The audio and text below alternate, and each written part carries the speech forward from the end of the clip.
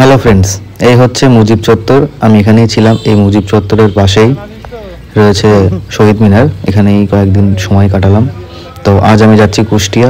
এই মুজিব চত্বরের এখান থেকে ইজি বাইক করে bus stand, Kushtia bus stand. তো ফাইনালি চলে এলাম কুষ্টিয়া বাস স্ট্যান্ড। এখান থেকে কুষ্টিয়া যেতে মোটামুটি যা বললো ড্রাইভার দাদা যে 1 থেকে 1.5 ঘন্টা সময় লাগবে, আর বাস ভাড়া 100 টাকা। তো এই জায়গাটা খুবই সুন্দর ছিল, ঝিনেদা। তো ঝিনেদা থেকে যারা আছো তারা অবশ্যই কমেন্ট করো যে ঝিনেদার কী কী ফেমাস রয়েছে। নেক্সট টাইম যদি কখনো আসি আবার আসা যাবে। যাই হোক, বাংলাদেশের বাস নিয়ে কোনো কথা নেই, মানে একদম সাই সাই করে বেরিয়ে যায়। খুব সুন্দর লেগেছে আমার বাস সার্ভিসটা।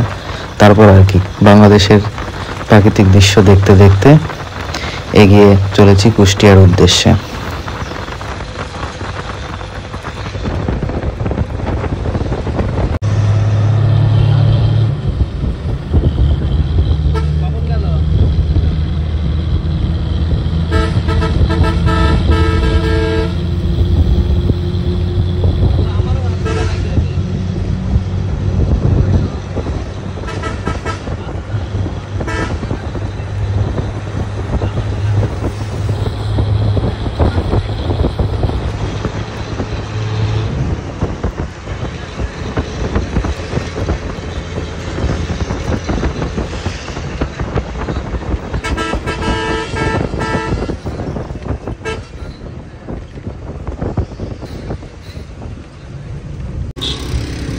তারপর মোটামুটি 1 ঘন্টা 20 মিনিটের মধ্যে কুষ্টিয়া চলে এলাম। তো কুষ্টিয়াতে আবার 2-1 দিন থাকবো। তারপর কুষ্টিয়া থেকে যাব ঢাকা ট্রেনে। তো তোমরা অবশ্যই ভিডিও দেখো যে বাংলাদেশের ট্রেন সার্ভিস কেমন, আর যারা বাংলাদেশ থেকে দেখছো অবশ্যই কমেন্ট করো যে কুষ্টিয়ার কী কী ফেমাস জায়গা আছে। পরবর্তীতে যদি কখনো আসি তো আমি আসবো। আমার এই বাসে খুব ওঠার ইচ্ছা ছিল, কিন্তু পুজোর ছুটি থাকাকালীন আমি বাসে উঠতে পারিনি। তারপর কুষ্টিয়াতে আমার যেখানে হোটেল বুকিং ছিল সেখানে বেরিয়ে গেলাম। তার পাশাপাশি এই রিক্সাতে ওঠার খুব ইচ্ছা ছিল। ঝিনেদাতে আমার এই রিক্সাতে ওঠা হয়নি, তার কারণ ঝিনেদাতে খুব একটা এদিক ওদিক আমার বেরোনো হয়নি। যেটুকু ঘুরেছি পায়ে হেঁটে, পায়রা মোড় বা মুজিব মোড় যেখানেই হোক না কেন, সবই পায়ে হেঁটে ঘুরেছি পুজো টুজো দেখতে দেখতে। যাই হোক, বাংলাদেশে এসে একটা জিনিস বুঝেছি, এই রিক্সার খুবই ফেমাস জিনিস।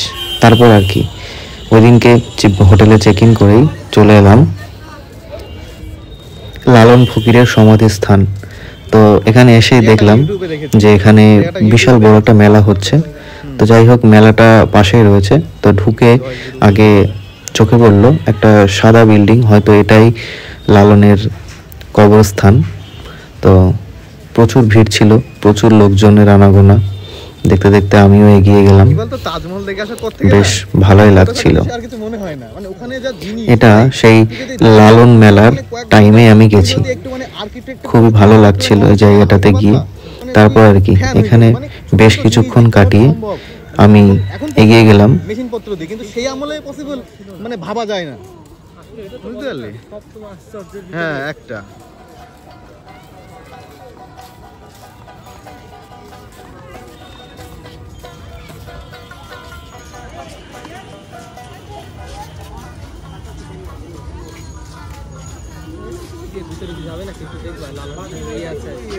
হ্যাঁ, চল ঘুরে আসি, কোনো ব্যাপার না।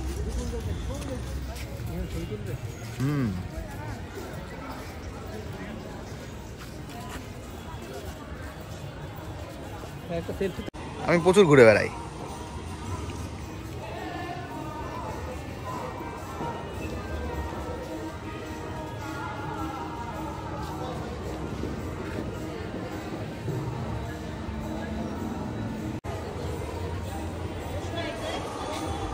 ভিতরে ক্যামেরা এলাও না? ঠিক আছে, ঠিক আছে।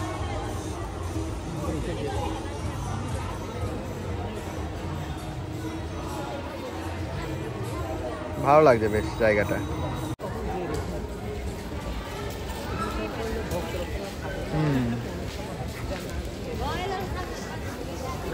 তারপর আর কি, সমাধি দেখে অডিটোরিয়ামের দিকে এগিয়ে গেলাম। তো এখানে দেখলাম যে প্রোগ্রাম চলছে। তারপর ভেবে নিলাম ঠিক আছে, আমিও একটু প্রোগ্রাম দেখি। আর এই হচ্ছে লালনের ছবি বা একটা বড় ছবি এখানে লাগিয়ে রেখেছে, খুব সুন্দর।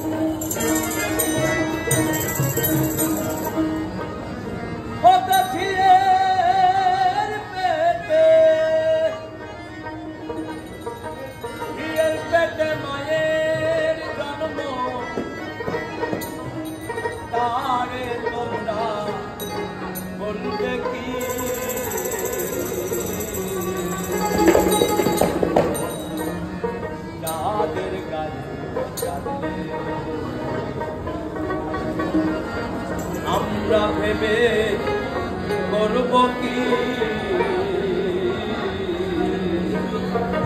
যাদের গায়ে কাঁদতে গেছে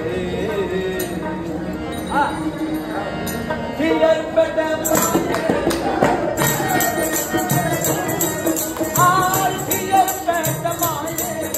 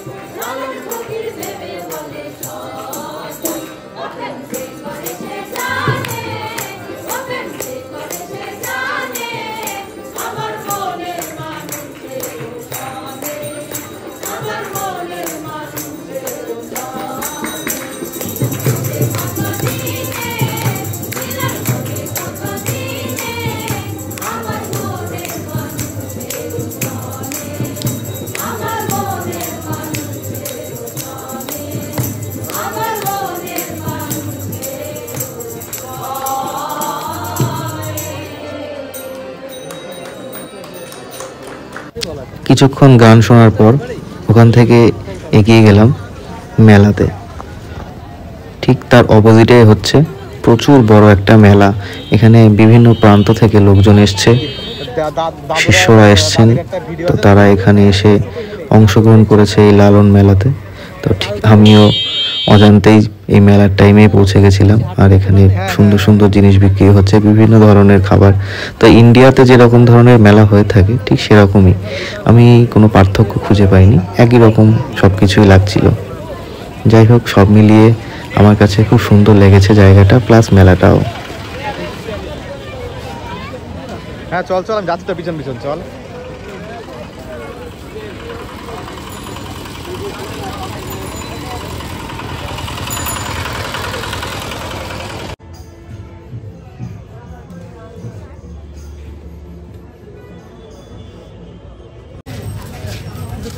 না না, আরে না, এখন একটু চাই। আজকে আমার খাওয়া দাওয়া বুঝতে তো পারছিস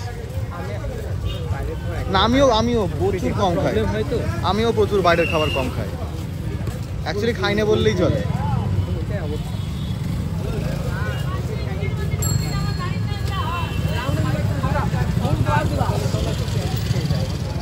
কোথায় কেমন হবে জানি না, কিন্তু না খেতে হবে না ফালতু, এখানে এখন এমনি ভিড়ভাড়টা বেশি না, ভালো বানাবে না, ওর থেকে এটা প্রবলেম হয়ে যাবে। আর আমার এখন বহুত জায়গা ঘুরতে হবে, সমস্যা লুজ মোশন হয়ে গেলে অনেক প্রবলেম হয়ে যাবে আমার। তারপর আর কি অনেকটা সময় কাটানোর পর কুষ্টিয়া থেকে বেরিয়ে পড়লাম কুষ্টিয়া টাউনটাকে একটু এক্সপ্লোর করতে। তো কুষ্টিয়াতে বেশ কিছু পুজো হচ্ছে দেখলাম, দুর্গা পুজো। তো সেই জন্য আর কি পুজো আমাদের ইন্ডিয়ার খুবই একটা মানে খুবই কাছের একটা জিনিস, আর আমি এই জিনিসটার সাথে খুবই পরিচিত। তো কি আর করব, সব পুজো যত কিছু ঠাকুর আছে সবই দর্শন করলাম, ঘুরলাম, বেশ সুন্দর লাগলো। তো তোমরাও দেখো, আশা করি তোমাদেরও ভালো লাগবে।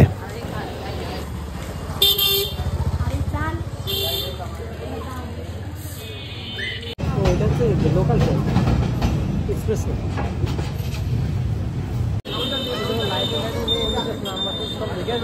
চল চল চল,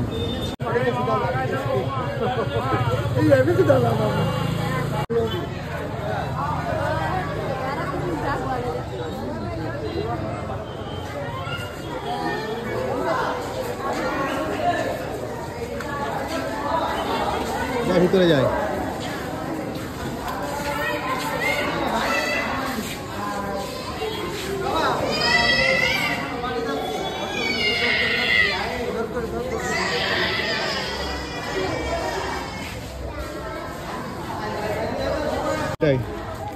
আমার তাহলে আজকে প্রায় 10টা তো দেখা হয়ে গিয়েছে নাকি? আবার আমার বাড়িটা দেখবো, হ্যাঁ, বাড়ির ওই সাইডে রয়েছে অনেকগুলো। ওখানে আবার দুটো তিনটে পাওয়া পা ব্যথা হয়ে গেল, চলো ওইদিকে আরো ওইদিকে আছে হয়তো একটা।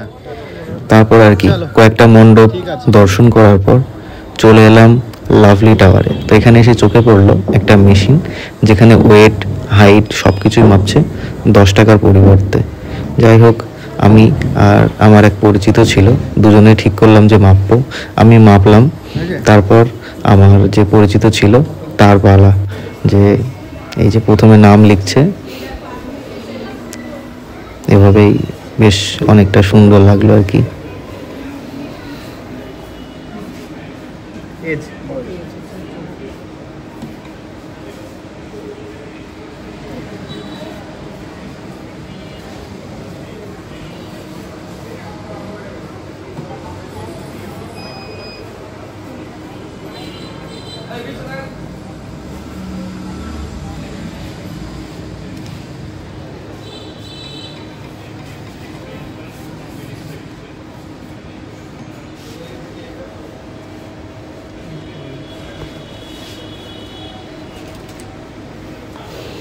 আর এই হচ্ছে রসিদ, এটা দিচ্ছে সব কিছু কমপ্লিট হওয়ার পর।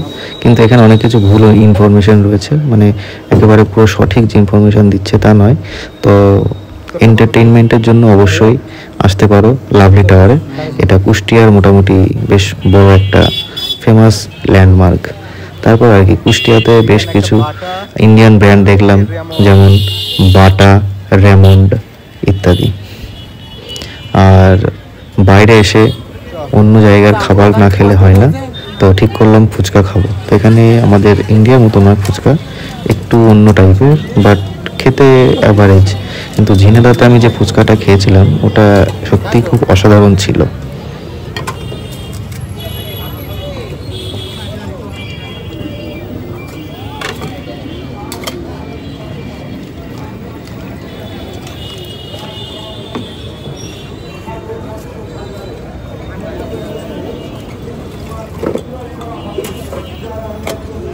যাই বলি ঝিনেদার ফুচকার একটা টেস্ট ছিল, মানে বিভিন্ন ফ্লেভারের, হ্যাঁ বিভিন্ন ফ্লেভারের সাইডে সাইডে রেখে দিয়ে আছে, মানে তোর যেরকম ফ্লেভার তোর ভালো লাগবে সেরকম ফ্লেভার তুই খা। ও আর সোনা কাকুর ছেলে দুটো বলছে ভাই এটা খাও, এটা বেশি টেস্টি, ওরা সব জানে, বলছে ওরা আমার গাইড। মিউনিসিপ্যাল বাজারে সাগর মৎস্য ভান্ডার থেকে ইলিশ মাছ ক্রয় করতে পারবেন। বিশেষ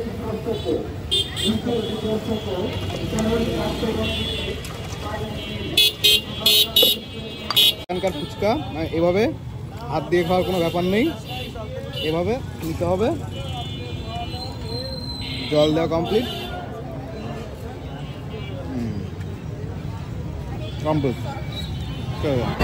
সব কিছু খাওয়া দাওয়া কমপ্লিট করার পর চলে এলাম কুষ্টিয়া রেলওয়ে স্টেশনে এখানে টিকিট কাটতে, কারণ কয়েকদিনের মধ্যেই আমি এখান থেকে ঢাকা যাব। আর এই হচ্ছে কুষ্টিয়া স্টেশনের বাইরে দিক, এখানে একটা ট্রেন এসে দাঁড়ালো, তো তার সেই মুহূর্তে আমরা গিয়ে ওখানে পৌঁছলাম। এই হচ্ছে কুষ্টিয়া রেলওয়ে স্টেশন, বাইরের দিকটা বেশ ভালোই। তারপর আর কি কুষ্টিয়া সুন্দর ঘুরে নিলাম একটা দিন, তারপর আমার পালা রয়েছে এই রকমই কোনো একটা ট্রেনে ভ্রমণ করা ঢাকা অবধি। যাই হোক, পরবর্তী ভিডিওতে দেখা হচ্ছে, ধন্যবাদ।